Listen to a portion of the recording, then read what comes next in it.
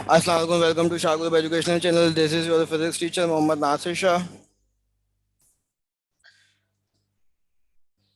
Okay student, आज हम जो एमसीक्यूज डिस्कस करने जा रहे हैं, इस चैप्टर का नाम है properties of matter.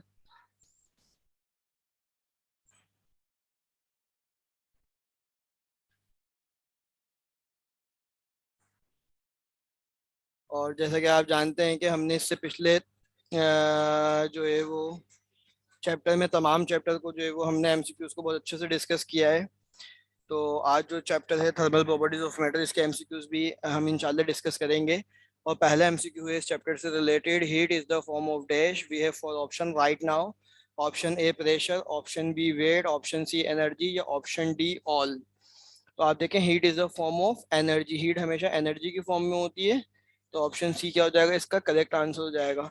Next MCQ है, heat capacity is the product of mass and dash we have four option right now as you can see on your screen.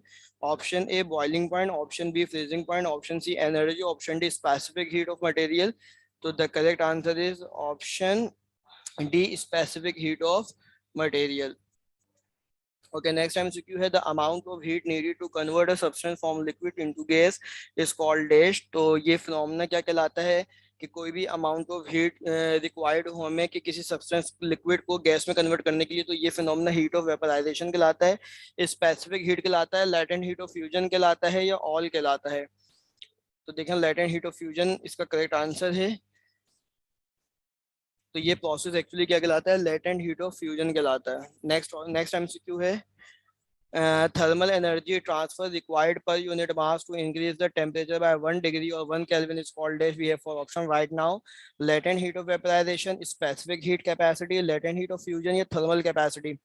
तो थर्मल एनर्जी जो कि ट्रांसफर करने के लिए हमें जो per unit mass to increase the temperature, जो temperature के लिए रिक्वायर्ड होता है वो 1 डिग्री और 1 केल्विन के लिए होता है। तो ये बेसिकली प्रोसेस क्या कहलाता है, हमारे पास स्पेसिफिक हीट कैपेसिटी कहलाता है।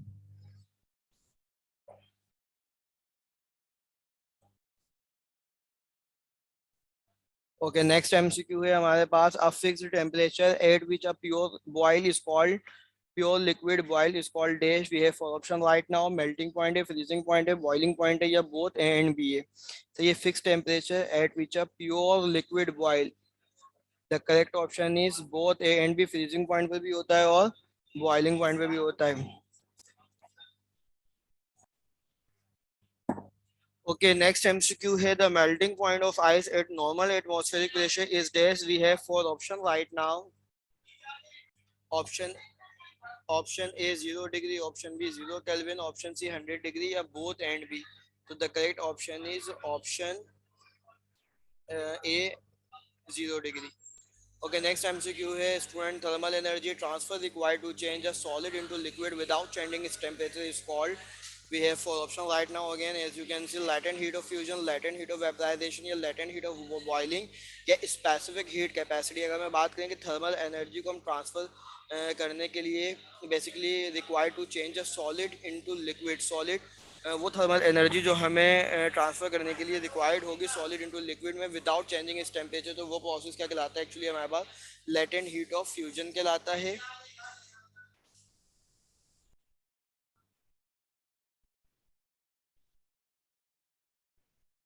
Okay, next MCQ related to this chapter, thermal energy transfer required to change a liquid into gas without changing its temperature is called latent heat of vaporization। वहाँ solid into liquid था या liquid into gas है, तो latent heat of vaporization। Okay, evaporation can occur at we have for option right now, freezing point, melting point, boiling point या all temperature। तो evaporation all temperature पे अगर करेगा, melting point condition हो या freezing point हो या boiling point condition हो।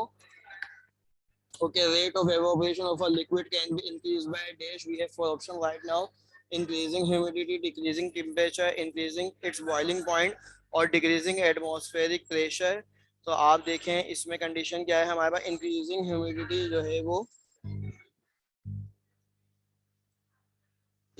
करेक्ट ऑप्शन जो होगा वो इसका डिक्रीजिंग एटमॉस्फेरिक प्रेशर होगा। Okay student, next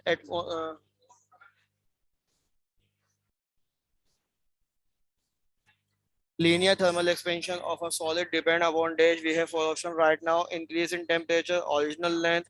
properties of material या all of these? Okay, next MCQ है linear thermal expansion of a solid depend upon dash. We have four options right now: increase in temperature, original length, properties of material या all of these.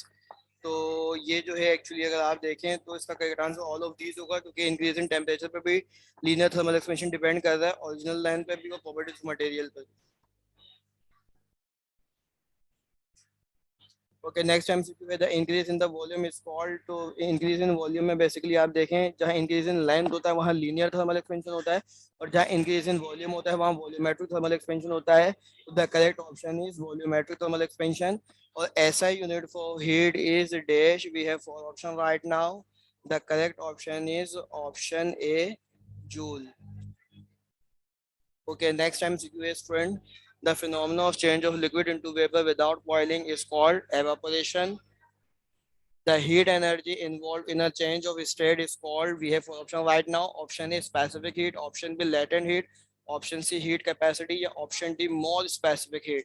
So the correct option is latent heat.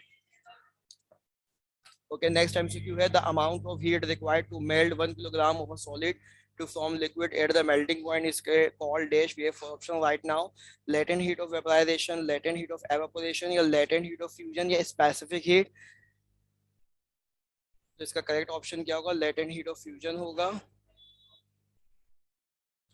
उम्मीद करता हूँ student कि आज का lecture आपके लिए ma'am जो है वो बहुत ज़्यादा बेनिफिशियल होगा। नेक्स्ट लेक्चर के साथ इंशाल्लाह दोबारा हाजिर होंगे। शाह ग्रुप एजुकेशन चैनल को सब्सक्राइब करें, लाइक करें और अपने फ्रेंड्स के साथ शेयर करें। अल्लाह हाफिज़।